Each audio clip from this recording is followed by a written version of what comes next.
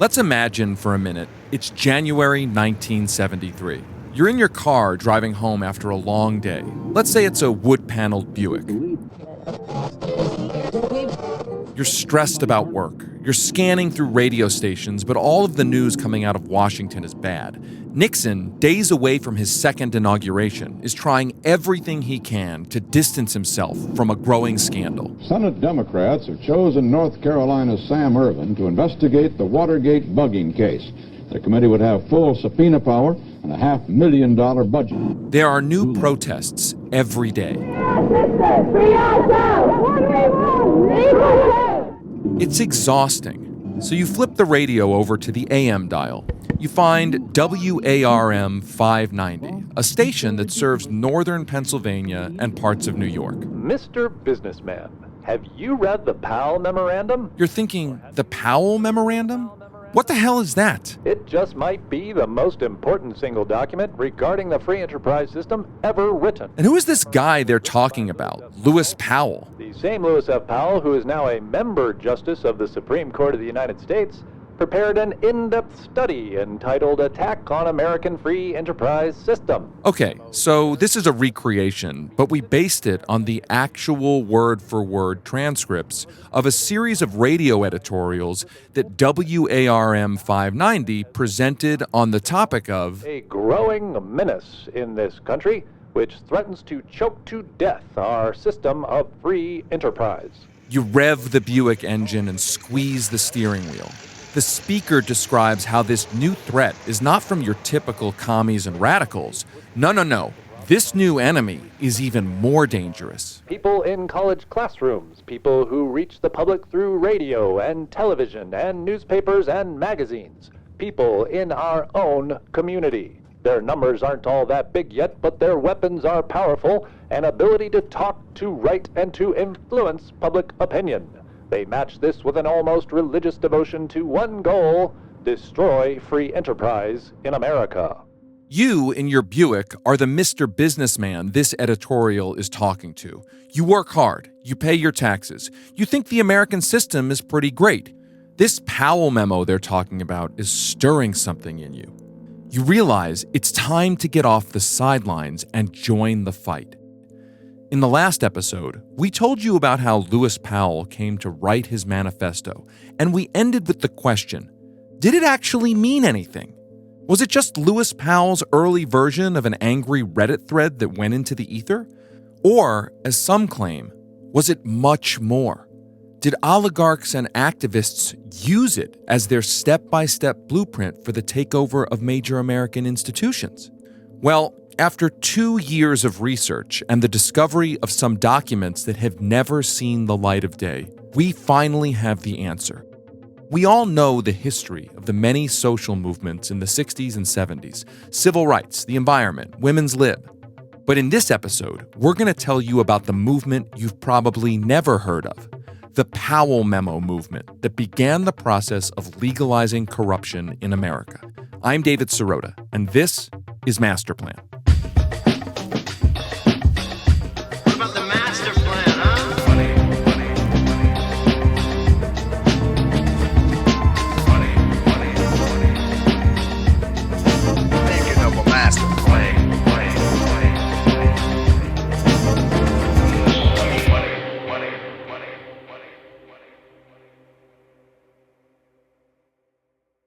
When we left off in the previous episode, Lewis Powell's memo had been leaked to the media, and it stirred a minor controversy because the FBI did not include it in its report to the senators voting on Powell's Supreme Court nomination. I'm here with our producer, Jared Jakang-Mayer.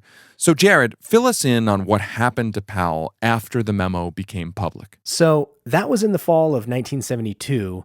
And Powell had only been on the Supreme Court for less than a year. And in his personal papers, I found letters from business executives and other high-profile friends offering their support, and some of them asking, hey, can I get a copy of this memo? But Powell was always careful about maintaining the appearance of impartiality. He called it part of his, quote, sterilization as a judge. And he would always refer inquiries to his buddy Gene Sidner over at the Chamber of Commerce and say, go get copies from them. And as we've said before, Powell never addressed the memo publicly, right? No, he didn't really need to, because the controversy only stayed in the news for a couple weeks and then basically went away. Powell never talked about it, and it doesn't seem like he was ever even asked about the memo for the rest of his life. Like it almost never even happened. Yeah, and it was frustrating because when I was at the Powell archives digging through his papers, I could see these little snippets, these references, where you could tell something more was going on. Meetings, campaigns, things that had been set up around the memo. At the Chamber of Commerce? Yeah, and I looked there at the public archive for the U.S. Chamber, and it goes back more than 100 years, but I couldn't find much. I had to start looking further afield at other archives and libraries around the country, just connecting the dots between people who might have been involved at the time. And eventually, I came up with a pretty clear picture of what transpired in the years after the Powell memo was leaked. You mean the vast, shadowy conspiracy? Yeah, well, it does involve the names of powerful people that you would probably recognize. To be fair, some of these figures were already part of the conservative movement that was emerging in the 1970s. But it does seem like the memo came at the exact right moment in time to steer many of these folks in the same direction. The Business Roundtable, the head of Procter & Gamble, Charles Koch, Roger Ailes. Dude, are you about to say Pepe Sylvia? Because this kind of feels like it's that scene in It's Always Sunny in Philadelphia where Charlie covered the office walls with those sheets of paper connected with red lines. Pepe Sylvia, this name keeps coming up over and over again. Every day, Pepe's mail's getting sent back to me. Pepe Sylvia, Pepe Sylvia. I look in the mail, well, this whole box is Pepe Sylvia! David, have you been spying on me in my basement? Okay, but you're right. This is all very expansive and interconnected, and a lot of names keep showing up. So for the purpose of this episode, I want to hone in on 3 previously unknown gatherings that were specifically focused on the Powell memo. We're going to go from Florida to Dallas and then to DC. Okay, so let's start in a place where everything seems to break bad. Florida. Walt Disney World is more than just a place. It is a complete vacation destination where guests may stay as long as they like. At the Polynesian Village, there is a leisurely atmosphere of the South Seas and trade winds. Orlando, March 1973. The U.S. Chamber of Commerce's Public Affairs Committee organized a 3-day conference at Disney World's Polynesian Hotel, and it was the first big meeting of a group called the Task Force on the Powell Memorandum. Come on, man. There was actually a Powell Memo Task Force, and they met at the Polynesian Resort in Disney World. Like, for real? For real? For real. The great ceremonial house dominates the scene in a setting that is lushly tropical. And for each guest, there is a feeling of coming to a tiny island in the South Pacific to stay and play. I'm imagining newly planted palm trees and white sand beaches. The tiki torches are burning. The Cinderella Castle is off in the distance. The super futuristic monorail is gliding along an elevated track. And in the middle of all this magic and joy, you're telling me there are a bunch of stuffy white dudes in wide lapel 70s suits wandering around the lobby of this new hotel? And imagine that everyone is clutching their copies of the Powell Memorandum. So how did this happen? Well, the main coordinator behind this gathering was a guy named William G. White. He was the top lobbyist in Washington for United States Steel, one of the biggest steel producers in the world. He was also picked to serve as chairman of this newly created Powell Memo Task Force. We'll talk more about White in a minute, but first I want you to check this out. It's a roster of other task force members. Okay, let's see. I'm looking here. There's Richard Jenks, president of CBS. There's Jay Van Andel, who co-founded Amway with the notorious Richard DeVos. Let's see, there's top brass from Phillips Petroleum. I also see a bunch of executives here from JCPenney, 3M, the American Medical Association, General Motors, deans from a couple universities. This is a meeting of the Chamber of Commerce, but not like your local Chamber of Commerce. This isn't a gathering of mom and pop shops from Main Street America. This is like the elite of the elite, the masters of the corporate and political world, hanging out at Disney World. It really is a small world, David. It's a small world after all. And you've got to read this too. Here's a copy of the actual agenda. So it looks like attendees were first greeted at a reception aboard the Eastern Winds, an authentic Chinese junk ship that apparently doubled as a floating cocktail lounge. As their spouses and families took in a hula performance or hit the water slides, the corporate guys got down to business in the Micronesian conference room. One session was called Interpreting Business, a think tank session on how to, quote, enhance the image of business. They also exchanged ideas for how to sway public opinion through, quote, economic education. Which was a big theme of the Powell Memo. Okay, so then there's a 9 a.m. to noon session on political action. It was a workshop focused on the Powell Memo's recommendations to increase political effectiveness and, quote, what more the chamber and business community can do to develop more political clout. Political clout, another core message of the Powell Memo. And it was the most pressing topic of this meeting. Now, let's go back to the organizer of this event, U.S. Steel lobbyist William White. This wasn't some everyday hack. One observer described him as, quote, the dean of the corporate Washington establishment. And White was not just a fixture on K Street, he was the ringleader among a new breed of corporate public affairs specialists. These were guys that brought together lobbying, legislative know-how, legal pressure, and media skills, all in service of growing a client's political influence. And the lobbyists know the truth. The easiest way to pull strings in Washington is to control politicians with campaign money. And here's where it gets really interesting. Midway through the conference, White left the Polynesian Hotel and jumped in his car. I bet it was something like a wood-paneled Buick. And jumped in his proverbial wood-paneled Buick and headed to the Orlando airport for an important pickup. He wasn't picking up bags of dirty cash like in episode 2. White was there to give a lift to his longtime friends Jerry and Betty. Jerry was once an obscure Republican congressman from Michigan, but at this point, he was on a glide path to something much bigger. I, Gerald R. Ford, do solemnly swear that I will faithfully execute the office of President of the United States. Yes, that Jerry, Gerald Ford, who is still in Congress, but later that year will become vice president, and soon after that, president. Officially, Congressman Jerry came to Florida to take part in another work-related junket on the invitation of William White, a junket paid for by U.S. Steel, of course.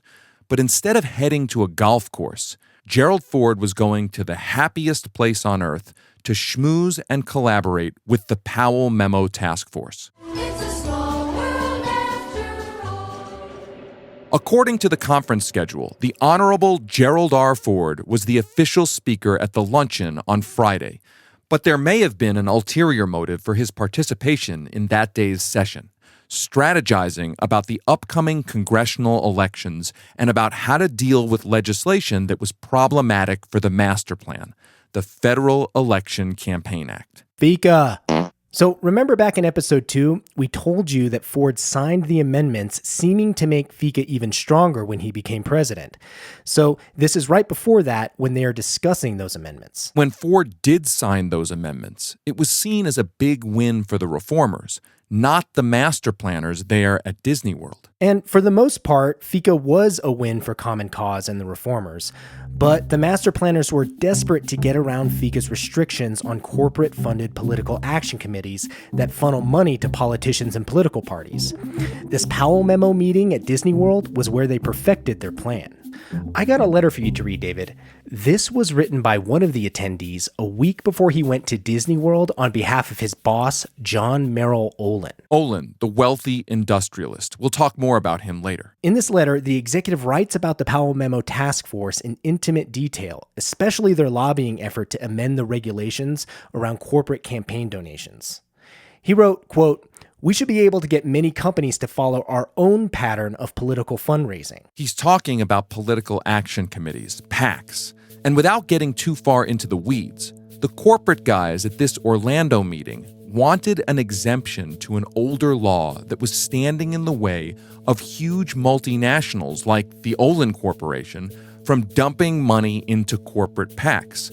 The effort was being opposed by Common Cause and a senator from Wisconsin named William Proxmire, who was threatening to filibuster. Check out this line, quote, I have suggested to some of my corporate associates that we might contribute to a special fund to have Senator Proxmire get a few more hair transplants, provided the operator drills a little deeper this time. Okay, so they're like joking about murdering Senator Proxmire, basically, or at least lobotomizing him. Yeah, and we know that Ford was there. We know that amending FECA was a major item of discussion at the meeting, and we know that the meeting took place right before Ford's keynote speech to the Powell Memo Task Force. So let's review. While drinking Mai Tais at Disney World's Polynesian Hotel, the master planners are specifically scheming to end restrictions on corporate PACs, and they're schmoozing directly with Gerald Ford, the then House Minority Leader on his way to becoming president. And then, guess what? A provision killing those restrictions ended up in the FECA reform bill that Gerald Ford first dealt with in Congress and then later signed into law as president. Wow, what a shocking coincidence. Remember what Ford said in episode 2 when he signed the bill into law? All the compromises that were necessary in the process. I guess now we know where some of those compromises came from. So, under the guise of post-Watergate campaign finance reform legislation, the master planners from this Powell Memo meeting ended up creating their first corruption loophole. And as soon as that law took effect, there was an immediate explosion in campaign spending by corporate America. No more secret bags of dirty cash smuggled through airports a la Nixon. The chamber wanted all of its members to write checks for millions of dollars to totally official, totally legal, and extremely powerful business PACs. But back to Disney World. The master planners honed their plan to keep the money flowing into politics. But what else did they decide? Well, the vision laid out in the Powell Memo was so multifaceted and expansive that they realized that executing it would be really hard. It needed to be more sophisticated and broad-based than any effort previously undertaken by the business community. It probably seemed super daunting. Yeah, well, if you're going to wish upon a star, this is the place to do it. But either way, they got down to work. The documents we unearthed show that the task force members, there were about 50 of them, were divided up into subcommittees for each of the core tenets of the Powell Memo. You had communications, education, political action, and judicial action. They were instructed to spend the next several months intensively analyzing and considering Powell's words. They were told to, quote, to reach beyond, to blue sky their thinking, and not to limit themselves just to the Powell Memo as they develop their ideas for the chamber. Remember that key line in the Powell Memo? Strength lies in organization, in careful long-range planning and implementation, in consistency of action over an indefinite period of years, in the scale of financing available only through joint effort. In other words, to borrow a phrase from the civil rights movements of the previous decade, they needed to do some coalition building and spread the gospel. The mid-20th century was fertile ground for political manifestos. It seemed like you couldn't walk 10 feet without tripping over some pivotal work inspiring a new social and political movement. There was The Feminine Mystique by Betty Friedan for the feminist movement, Rachel Carson's Silent Spring for the environmental movement.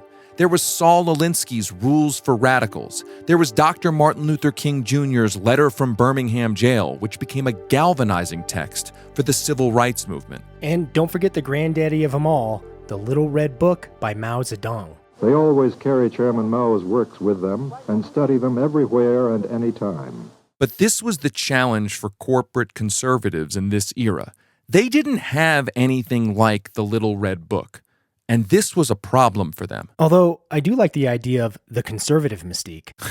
Well, they did have books like Barry Goldwater's The Conscience of a Conservative, and they did have figures like William F. Buckley on TV and radio. But if they were going to create a movement to counter the left, they needed something that would not only inspire the insiders and power brokers and elites, but also something that would motivate the masses. And this is why I'm skeptical about whether the Powell Memo was leaked to the Washington Post without the knowledge of the top leadership at the Chamber of Commerce. Because right after the memo went public in 1972, you see that the Chamber is immediately publishing it and distributing it far and wide. They mailed thousands of copies to members. They printed it in their official magazine with a elaborate design treatment like it was some mysterious quasi-religious text that must be read. It really was kind of like the conservative movement's version of the anarchists' cookbook. It was kind of like Contraband, a publication that everyone had heard about but wasn't on the newsstand. And even though the Powell Memo was never an officially published book, according to the Chamber's estimates, hundreds of thousands of copies of it were circulated, reaching millions of Americans and sparking numerous discussions and speeches and articles. It was an underground bestseller. And by early 1973, activity around the memo was intense. So intense, in fact, that at the same time Gerald Ford was at Disney World delivering his keynote address to the Powell Memo Conference, it turns out there was another event, a rival event, about the Powell Memo that was happening at the Marriott Hotel in Dallas, Texas. At the same time? The same exact day, March 30th, 1973. I want to show you this. These are notes taken by a man named John A. Howard. Howard came from the world of academia, and he was the president of Rockford College in Illinois. He was an influential figure in the emerging conservative movement at the time. This Dallas meeting looks like it was organized by members of something called the YPO. The Young Presidents Organization. It was a social club for executives and owners of smaller businesses, and it's still around today. In early 1973, the YPO orchestrated a series of gatherings, Powell Memo parties, if you will, for members who wanted to fight the fight. That sounds like a hippie love-in for angry middle managers. Yeah, pretty much. And Howard was one of the attendees at the Dallas meeting, and he saw the Powell Memo as a way to build a new ideologically driven movement. At the YPO meeting, there was a focus on the part of the Powell Memo that talked about the seeming paradox of how most of the media, including the national TV systems, are owned and theoretically controlled by corporations, which depend upon profits and the enterprise system to survive. So at this Dallas meeting, the assembled businessmen start asking, why couldn't corporations leverage their power as advertisers to shape the news coverage from media outlets they sponsor? And on this topic, Howard was impressed by a young TV producer who had helped Richard Nixon get elected. He noted, quote, "This man appears to be a potential secret weapon, and the chamber would be wise to enlist him as a consultant." And that young man's name was... Hang on. Don't say the name yet. Can we get some more ominous music here? Okay, there we go. Okay, go ahead. That young man's name was Roger Ailes. I don't believe anyone will ever be elected to a major public office again without the skillful use of television. Roger Ailes. Roger Ailes. Roger Ailes. Wait. Like the Roger Ailes? Yep, Roger Ailes, the founder and former CEO of Fox News. It's a small world after all. Here's what John Howard wrote about Ailes' presentation. And, David, you should read this part. Okay, let me take a look.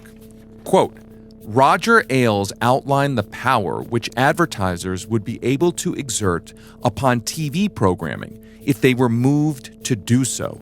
The chamber members not only need to understand the problem, but be informed about where and how they can apply leverage and be given the tools to exert the leverage. Wait, whoa. In my time working in politics and media, I have been eye-rolled and depicted as some sort of deranged conspiracy theorist whenever I've suggested that corporate advertisers at times try to and have the power to influence the news with their advertising dollars. But here at this meeting, it looks like the future founder of Fox News spelled that out as an explicit political strategy? Yeah, and John Howard loved this idea. At the time, Ailes was an up-and-coming TV producer turned political consultant. His ideas about shaping public perceptions through media, it found a receptive audience at this Dallas meeting, as well as other meetings that he attended about the Powell Memo. Dear listener, if you've ever looked at the Republican Party of today and wondered, how did country club Republicans and the grand old party of Abraham Lincoln wind up in bed with hard right libertarians? And how did Fox News become the obnoxious bullhorn of the conservative movement? This is the moment when those coalitions started to form. The Powell Memo served as the connective tissue. And to be clear, the hard-right libertarian faction was different from the Chamber of Commerce crowd at Disney World. The libertarians had previously felt marginalized in the Republican Party, while the pro-business Republicans at Disney World wanted favors from the government.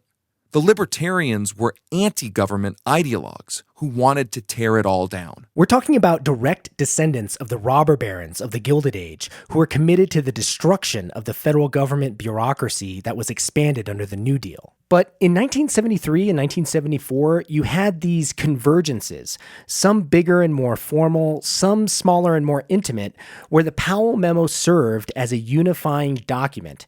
Its promise of freedom and enterprise went viral among both groups and brought them together. So how did something go viral before the internet? It's not like this was at the airport bookstore. No, it wasn't something you could get at the newsstand.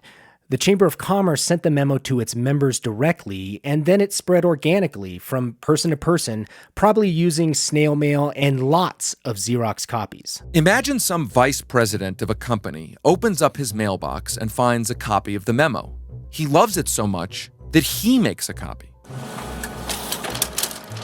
Then the memo arrives at the mansion of wealthy industrialist John Olin, who inherited his fortune from his family's chemical and munitions empire in the 1930s. So Olin is like, oh my God, this guy Lewis Powell, this guy is saying everything that I've been thinking. Olin would go on to dump hundreds of millions of dollars into conservative think tanks, media organizations, and become a main backer of a conservative legal group called the Federalist Society. We'll talk about the Federalist Society in depth later in this series. Then,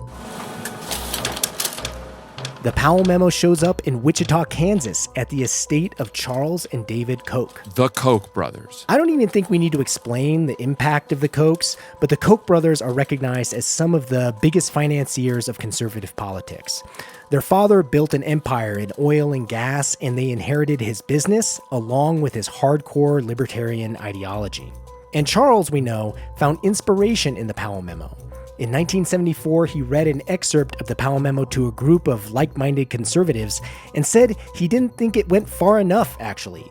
So he co-founded the Cato Institute, another think tank dedicated to stuff like deregulating campaign finance. These guys really took to heart Powell's urging to play the long game, to invest money in creating alternative institutions to shift the country in a whole new direction at every level. Another copy gets made. Now imagine the memo arriving at the estate of Richard Mellon Scaife, the mogul who inherited his family's oil and banking fortune. Wait. Scaife's name came up in episode 2. He was one of Nixon's secret donors who got exposed by that Common Cause lawsuit. $800,000 from Richard Scaife of the wealthy Mellon family. Yeah, and after reading the Powell Memo, Scaife began a decades-long mission to funnel hundreds of millions of dollars into conservative causes and organizations. That includes the Heritage Foundation. Yes, exactly, and this brings us to our last figure. A copy of the memo arrives in Golden, Colorado, at the headquarters of Coors Brewing Company. Joseph Coors, a grandson of the company's founder, told a historian that the Powell Memorandum stirred him and made him realize American business was, quote, ignoring a crisis. So he tapped his family's brewing fortune for a venture led by Roger Ailes, which laid the groundwork for what would evolve into Fox News. But his biggest investments were put toward making radical changes to the intellectual and policy landscape of Washington, D.C. He became one of the first and biggest funders of the Heritage Foundation, which was founded in February 1973. For listeners who vaguely recognize the name of the Heritage Foundation, it's probably because the organization and its policy agenda have been touted by Republican presidents for the last 4 decades. You don't have to trust me on that. The 2024 Republican vice presidential nominee, J.D. Vance, explicitly said that, writing, quote, "The Heritage Foundation isn't some random outpost on Capitol Hill. It is and has been the most influential engine of ideas for Republicans from Ronald Reagan to Donald Trump." And Vance wasn't exaggerating when he wrote that. Here's Ronald Reagan in the 1980s. I mentioned the things that were on the minds of conservatives at the moment, the importance of the Heritage Foundation, the remarkable work of Joe and Holly Coors, and so many of you in this room in bringing to Washington the political revolution. And here's what you've been hearing in the news about Donald Trump. The Conservative Heritage Foundation leading this draconian and at times extreme policy plan, Project 2025, a 900-page sort of wish list or proposal for the second term. Heritage does such an incredible job, and they're going to lay the groundwork and detail plans for exactly what our movement will do. So there it is, another direct line from Lewis Powell's manifesto to the present era. In this case, from the Powell Memo in 1971 to Project 2025 today. The Powell Memo inspires oligarchs to fund the Heritage Foundation, and the Heritage Foundation then became the author of the agenda of the entire conservative movement, all the way into this current moment that we're now living through. But back here in 1973, this was all still underground. Just a bunch of ideologues, eggheads, activists, and oligarchs cross-pollinating with one another. So the question for the master planners at this early moment in the 1970s was, how do they take the Powell Memo's ideas and start implementing them? How do they begin infiltrating the courts and infiltrating American culture? That's where we're going next. Let me set the scene. It's November 12th, 1974, 19 months after the meeting at Disney World with Gerald Ford and the meeting in Dallas with Roger Ailes. The last leaves are dropping off the trees, and Richard I'm Not a Crook Nixon is gone. I shall resign the presidency effective at noon tomorrow. Congressman Jerry from the Disney World meeting is now President Gerald Ford, and he's given Nixon a get-out-of-jail-free card. A full, free, and absolute pardon unto Richard Nixon for all offenses against the United States. At this point in 1974, Lewis Powell has settled into his job on the Supreme Court, developing a reputation as a reasonable moderate, and the general public has forgotten about the leak of his memo. The Powell Memo Task Force, however, has been busy implementing the recommendations of the memo. And here at this meeting in 1974, there was likely a deep sense of urgency. Just days before the gathering, the master planners' Republican allies in Congress saw historic midterm losses in the post-Watergate election, sweeping in a new wave of liberal reformers. Earlier, I said I wanted to talk about 3 important meetings, and this is the third and final one. It doesn't have tiki torches and Mai Tais. This gathering is being held at the Chamber of Commerce's headquarters in Washington, D.C., located right near the White House. And I found the actual seating chart. Check out the names around this table. Let's take a look here. Okay, there's William Baruti, president of the conservative think tank, the American Enterprise Institute. And he's sitting next to Barton Cummings, the bow tie wearing head of one of the nation's biggest advertising agencies and chair of the Ad Council. I see Gene Sidner, the Richmond, Virginia businessman who first got Lewis Powell to draft his infamous memo to the Chamber of Commerce. And 2 seats away from him is John Howard, the president of Rockford College, who attended the Dallas meeting. Of course, there's a representative from J. Van Andel, who co-founded Amway with Richard DeVos. And all around the table, you can see top brass from pro-industry lobbying groups. The Council of Better Business Bureaus, the National Association of Manufacturers, and the newly formed Business Roundtable that, along with the Chamber of Commerce, would define a new power structure on Capitol Hill for decades to come. So, Jared, did you find audio from the meeting? Sadly, no. But I did find the typed out speaker's notes from the presentation. So how about we do another reenactment? All right, through the magic of podcasting, let's go now into the room where this secret meeting took place. Who controls the British crown? Who keeps the metric system down? No, it wasn't quite like the Stonecutters on The Simpsons. No purple robes or weird symbols. These VIPs were probably all wearing suits and ties. As the men settle into their seats, everyone turns to the head of the table to listen to the convener of the meeting, William White, the U.S. Steel lobbyist who'd coordinated that previous meeting at the Polynesian Hotel and who'd just finished assisting with his friend President Gerald Ford's transition into the White House. All right, gentlemen, let's get started. Please have a seat. White begins by explaining how, after a year of closely studying the Powell Memo, the Chamber's board officially approved a plan of action around the conclusion that there were, quote, 4 mandatory areas in which business must concentrate its efforts if it is to achieve acceptance with the general public. Yeah, you heard that right. America's corporate titans are sitting at a giant table in a Roman-columned fortress just 1 block from the Oval Office, where their pal Jerry is now literally the leader of the free world, and somehow they perceive themselves as the victims struggling for acceptance. Imagine Darth Vader and the Emperor at the control panel of the Death Star lamenting that they're unpopular and have no power. Anyway, White addresses the big question. How are things progressing with the master plan? Quite well, it seems. The room goes dark and a beam of light from a slide projector shines onto the screen. White explains how the task force's lobbying helped convince Congress to amend the new election laws to allow for corporate PAC spending, just as they had planned back at Disney World. Congress has enacted most of the reforms we sought, and notably, we helped to stave off that drive for public financing of congressional races. Now White moves on to the next issue, judicial action.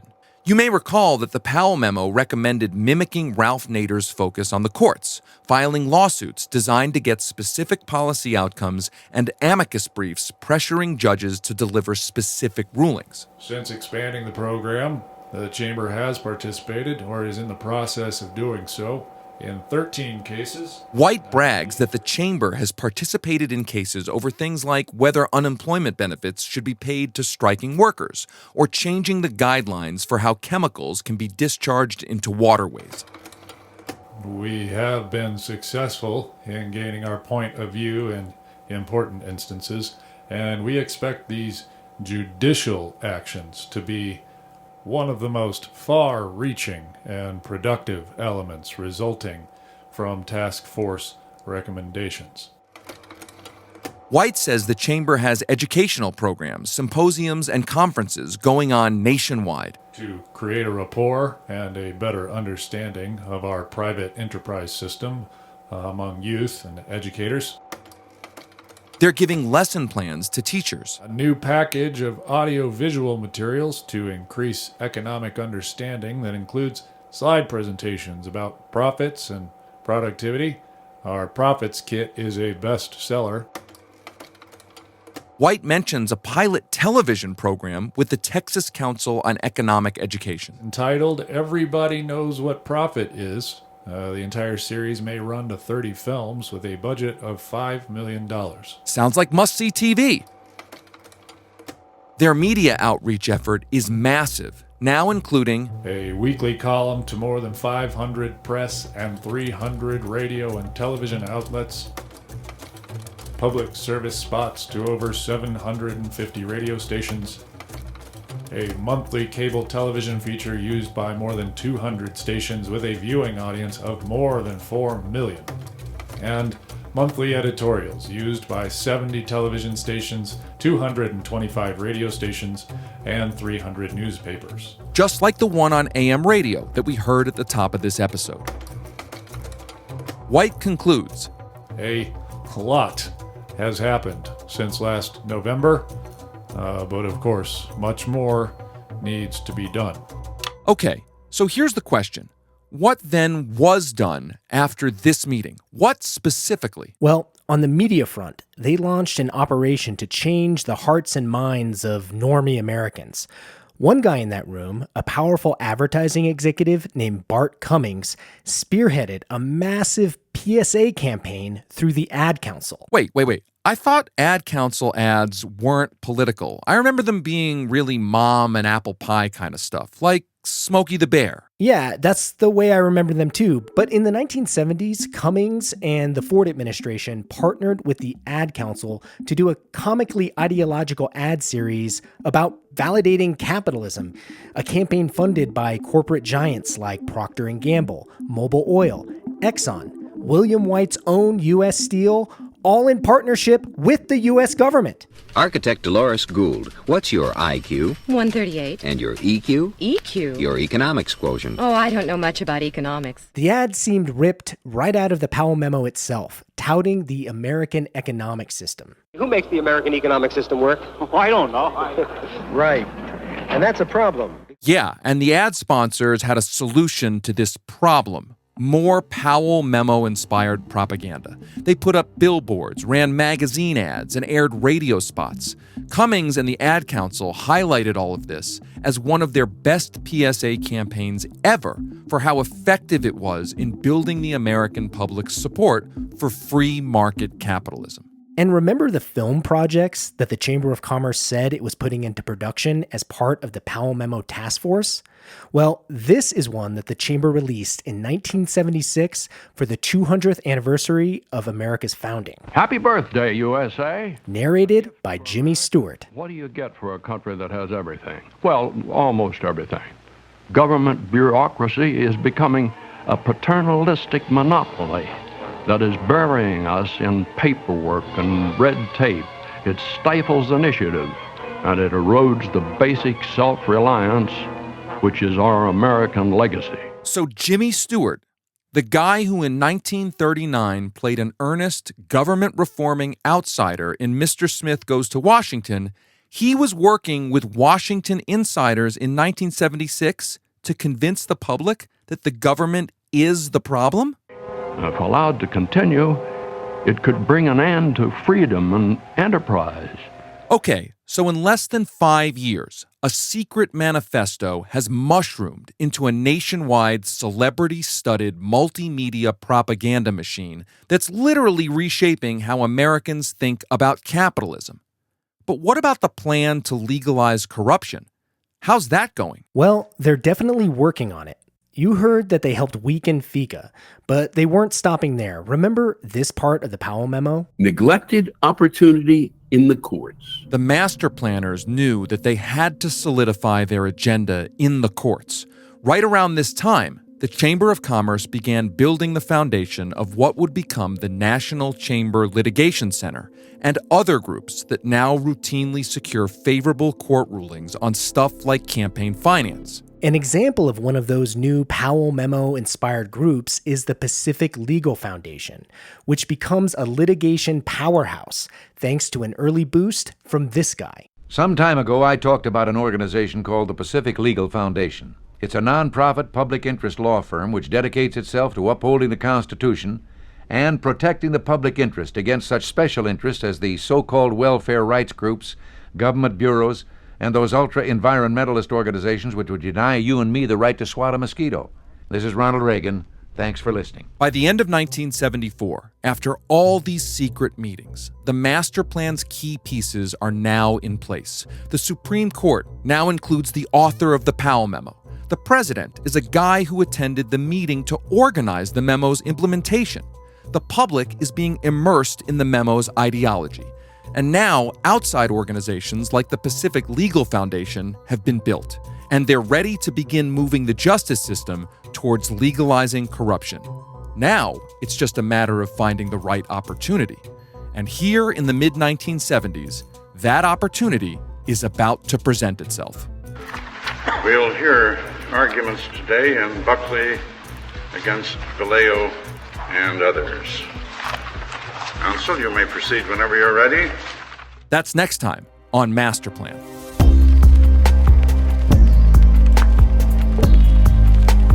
Thinking of a master plan. I've earned everything I've done. Thinking of a master plan.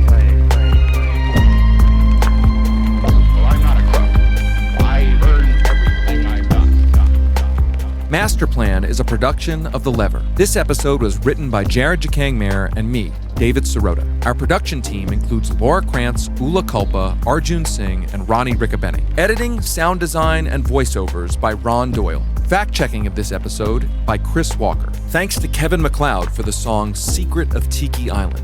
All original music is by Nick Byron Campbell. Mixing by Louis Weeks. Special thanks to Bradley Wiles at Northern Illinois University, Lewis Black, and Brett Saunders. You can listen and subscribe to Master Plan on Apple Podcasts, Spotify, iHeartRadio, YouTube Music, and wherever you get your podcasts. For ad-free episodes, exclusive bonus content, transcripts with links to our sources, and access to The Lever's entire archive of investigative journalism, please visit levernews.com to become a subscriber.